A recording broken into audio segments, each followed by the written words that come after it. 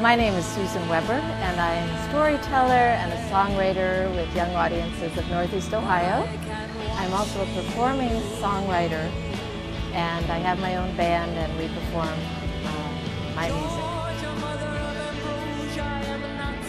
Well, I've always been a singer. Just as a kid, I was singing in the choir. I was always singing something or making things up or singing in the back seat of the car. I play acoustic guitar, and about 5 years ago my guitar teacher introduced me to the electric guitar. And I started playing guitar when I was in middle school. My parents got me just a cheap guitar, and I started messing around with it a little bit, and then took some community lessons where you just go and you're with about 5 or 6 other people in a circle, and you learn the basic chords. And what's beautiful about guitar playing is that you can sing a whole lot of songs with just 2 or 3 chords. When I first started performing, I was very nervous.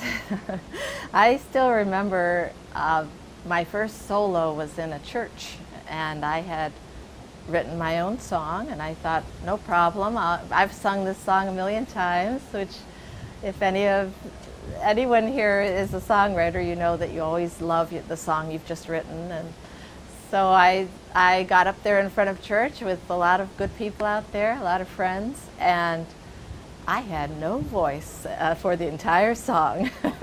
And my fingers got kind of clammy and cold, and I still get nervous, sometimes more than others, but I really believe that if I'm not a little nervous, that would be a bad thing, because a little nervous means that I care, and I really want it to be good.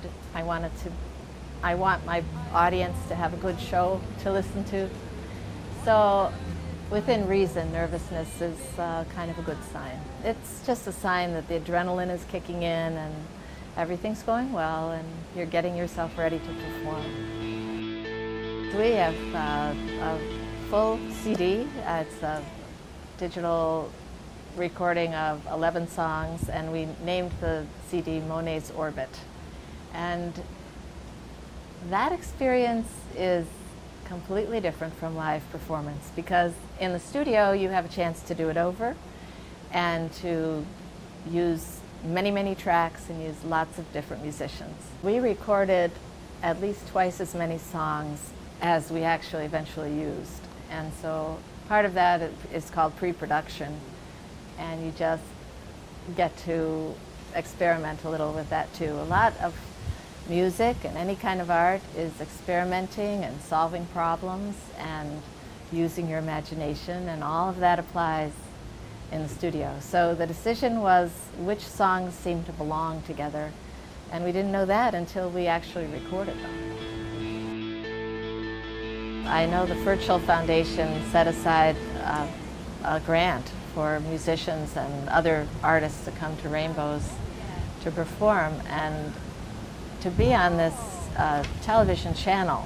And so it's been one of my favorite things that I do through young audiences. I get my stories all over the place. I find them at the library. There are many stories that are just old legends that are passed down, or fables, Native American stories, wonderful, fascinating stories. And lately I've also been writing some of my own stories. I just wrote a story about Benjamin Badger and his beautiful birthday, and I write children's stories also to teach children how to read, how to listen, how to use their imagination.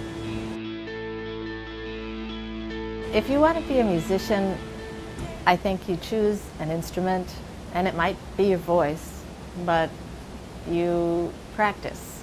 You learn how to play it, and then you practice. Now, the nice thing about storytelling, or about songwriting and music, is that if you're writing a song, you're automatically going to be singing that song a lot of times until you get it where you want it to be. And that makes you practice your instrument. So it's a nice combination in just both those things working together. So I think if you're interested in it, do it. Don't let anything like oh, there are movie stars or there are professional musicians doing this, and why would I even want to try?